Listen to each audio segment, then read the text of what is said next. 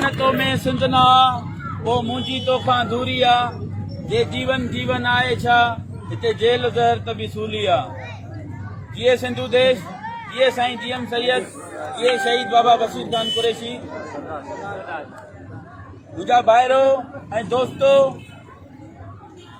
ही जेके कराची में असां घणनि ते कराची जे मालिकनि ते वारसनि ते जेके ही सनतकारी इदारनि जा मालिक ही जेको सिंधी माण्हू जेके पंहिंजे ॻोठनि मां पंहिंजे वाण बस्तियुनि मां पंहिंजे शहर कराची अचनि था कमाइण जे लाइ उते उन्हनि जी रस्ता रोक कराई वञे पोइ कहिड़े तरीक़े सां हिते इंतिज़ामिया में जेके भी दोस्त आहिनि उहे सिंधी माण्हुनि सां नफ़रत कनि था। असां उहे धारिया माण्हू रखियल आहिनि। असां जीअं सिंध क़ौमी माज़ इहो चवण थी चाहे ही सिंध जा माण्हू लावारिस न आहिनि। ही सिंधी क़ौम जी आहे। हिन जा मालिक ऐं वारिस सिंधी आहिनि। ॿियो केर बि कोन्हे। तव्हां वटि अॼु आया आहियूं। जीअं सिंध क़ौमी माज़ तव्हां सां गॾु आहे। जिस्कम तव्हां सां गॾु आहे। पूरी सिंधी क़ौम तव्हां सां गॾु आहे। ही जेको ज़ुल्म थिए थो पियो ॾींहों ॾींहुं पहिरियां इरशाद रांझाणीअ वारो जेको ही मसइलो थियो वरी हुन खां पोइ जेके ही कराचीअ में सिंधी माण्हुनि सिंधियुनि ऐं उर्दू ॻाल्हाईंदड़नि जे विच में खेड़ो कराइण जी साज़िश थी रही आहिनि। असां इन्हनि शयुनि जी मज़म्मत कयूं था।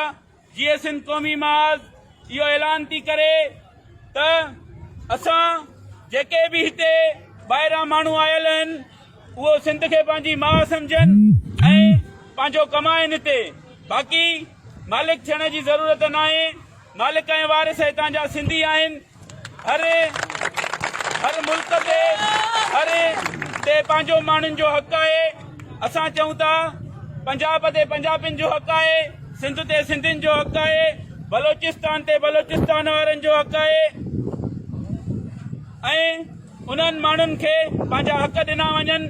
असां तव्हांजा हक़ पीपुल्स पार्टीअ जे दौर में खाजा पिया वञनि। पीपुल्स पार्टीअ जे दौर में शहीद मोहतरम बेनज़ीर भुट्टो खे शहीद कयो वियो। शहीद बशीर खान कुरैशीअ खे शहीद कयो वियो। शहीद मक़सूद खान कुरैशीअ खे शहीद कयो वियो। शहीद सलमान वदो खे शहीद कयो वियो। शहीद डॉक्टर ख़ालिद महमूद थुमरे खे शहीद कयो वियो। शहीद मीर मुर्तज़ा भुट्टो खे शहीद कयो वियो। पंहिंजे ई धरतीअ ते असां तव्हां सिंधी माण्हुनि खे चवंदासीं त गॾु थियो, ॿधी कयो। पाण में जेके नफ़रतूं उन्हनि खे अलॻि रखी करे हिन सिंध जी ख़ातिर हिन सिंधी माण्हुनि जी ख़ातिर दूरी करे पाण में गॾु थियो त जीअं सभिनी खे ख़बर पए त ही सिंधी हिकु क़ौम आहिनि। सिंधी हिकु मुल्क आहे। सिंध जा मालिक ऐं वारिस असां सिंधी आहियूं। ॿियो केर बि कोन्हे। तव्हां दोस्तनि वटि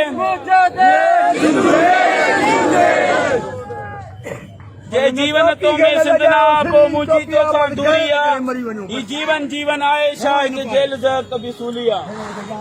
ॼाण टुटी जंजीर वया पोइ ज़िंदाननि जो छा थींदो। जिन मज़लूमनि ते वार कया तिन शैताननि जो छा थींदो। जीअं सिंधु देश शयुनि जी मज़म्मत कयूं था। जीअं सिंध क़ौमी माज़ इहो ऐलान थी करे त असां जेके बि हिते ॿाहिरां माण्हू आयल आहिनि उहो सिंध खे पंहिंजी माउ सम्झनि ऐं पंहिंजो कमाइनि हिते। बाक़ी मालिक थियण जी ज़रूरत न आहे। मालिक ऐं वारिस हितां जा सिंधी आहिनि।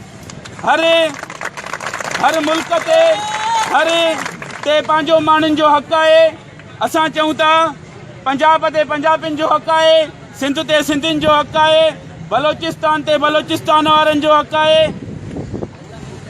ऐं उन्हनि माण्हुनि खे पंहिंजा हक़ ॾिना वञनि। असां मुर्तज़ा भुट्टो खे शहीद कयो वियो। पंहिंजे ई धरतीअ ते असां तव्हां सिंधी माण्हुनि खे चवंदासीं त गॾु थियो, ॿधी कयो।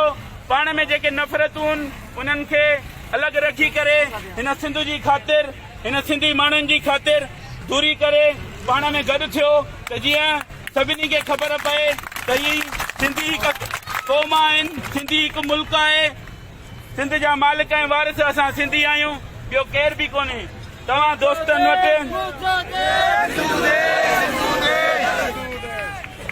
जे जीवन तो में सिंध ना पो मुंहिंजी तोखां दूरी आ ही जीवन जीवन अवारिस न आहिनि ही सिंधी क़ौम जी आहे हिन जा मालिक ऐं वारिस सिंधी आहिनि ॿियो केर बि कोन्हे तव्हां वटि अॼु आया आहियूं जीअं सिंध क़ौमी माज़ तव्हां सां गॾु आहे जिस्कम तव्हां सां गॾु आहे पूरी सिंधी क़ौम तव्हां सां गॾु आहे ही जेको ज़ुल्म थिए थो पियो ॾींहों ॾींहुं पहिरियां मुर्तज़ा भुट्टो खे शहीद कयो वियो पंहिंजे ई धरतीअ ते असां तव्हां सिंधी माण्हुनि खे चवंदासीं त गॾु थियो ॿधी कयो पाण में जेके नफ़रतूं आहिनि उन्हनि खे अलॻि रखी करे हिन सिंध जी ख़ातिर हिन सिंधी माण्हुनि जी ख़ातिर दूरी करे पाण में गॾु थियो त जीअं सभिनी खे ख़बर पए त ही सिंधी हिकु क़ौम आहिनि सिंधी हिकु मुल्क आहे सिंध जा मालिक ऐं वारिस असां सिंधी आहियूं ॿियो केर बि कोन्हे।